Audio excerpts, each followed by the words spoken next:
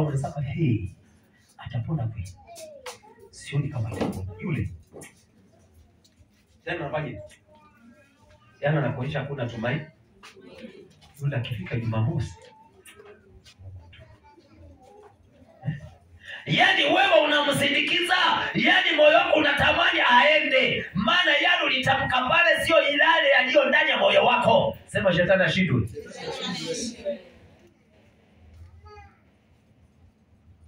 Ugonjwa wako ama haukuna?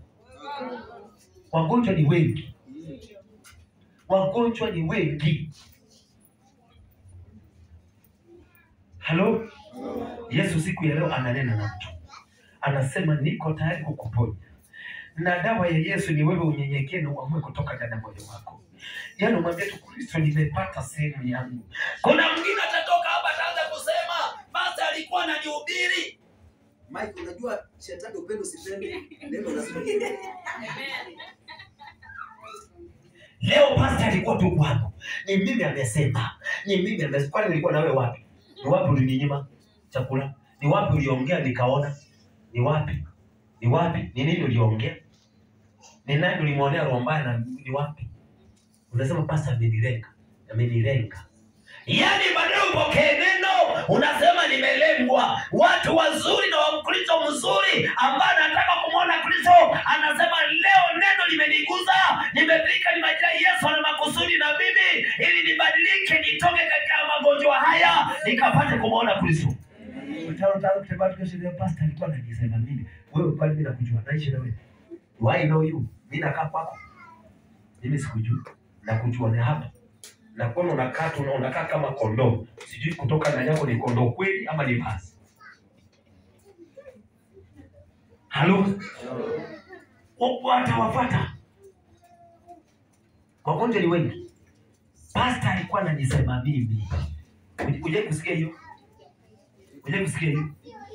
Kwani hamtaki kufundishwa? Hamtaki kufundishwa? Hamtaki kugeukia Kristo? Hamtaki kubadilika? Leo unasemwa hamtaki kubadilika. Neno Mungu anataka watu ambao wako tayari kurekebika, watu ambao wako tayari kuponywa, watu ambao wanataka yale magonjwa yaondoke ili wahesabike kuwa haki mbele za Bwana. Na unapohesabika kuwa haki mbele za Bwana, ndivyo impendezavyo Kristo. Mungu amenipa hili neno siku ya leo. Sijui ninanena na nani. Mungu amenipa hili neno. Sijui. Wenda kuna nafsi hapa ambapo Mungu anataka kuiponya. Wenda wewe ni mmoja ambao unavunjwa moyo. Yesu anataka kwamba ukaweze kukoma. Utakapoona unatembelewa na maneno ya kuvunjwa moyo, jua hilo ni pepo linakutembelea. Ni mtu anataka kuvua nafsi yako. Ni mtu anataka kuanguka na wewe. Ni mtu anataka kuanguka na wewe. Usipokuwa mwangalifu, utaambukizwa hayo magonjwa, maana ni roho ya giza inayofanya kazi.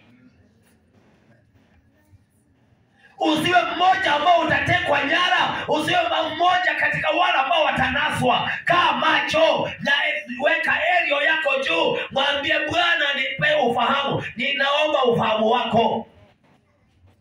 Maana shetani anapotumia mtu atakwambia kwa utaona ni kweli. Yaani unakuwa confused. Anakuweka kwa laini na kupanga, pako unapangwa. Na kumbe shetani ni mrongo. Na shetani ndio anasema kwamba shetani ni mwizi, alikuja ili kuiba. Amekuja kuiba mawazo yako akufix ili ukapate kupotea. Mtu aseme amen. Amen. Mtu aseme amen. Amen.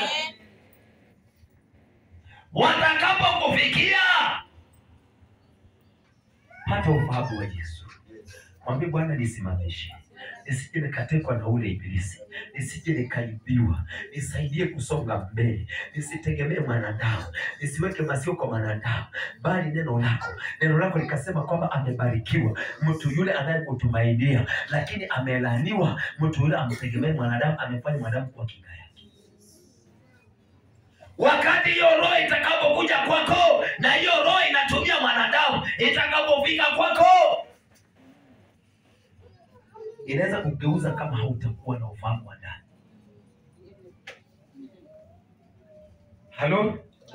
Halo? Ama wewe tayari hiyo roho imekufikia? Ama hiyo roho imekufikia? Let me tell you. Ufunuo ulikuwa hapa Friday. That's why ninawaambia kujeni maombi. Mungu fichua hata yaliyo siri. Halo? Mungu fichua yaliyo siri.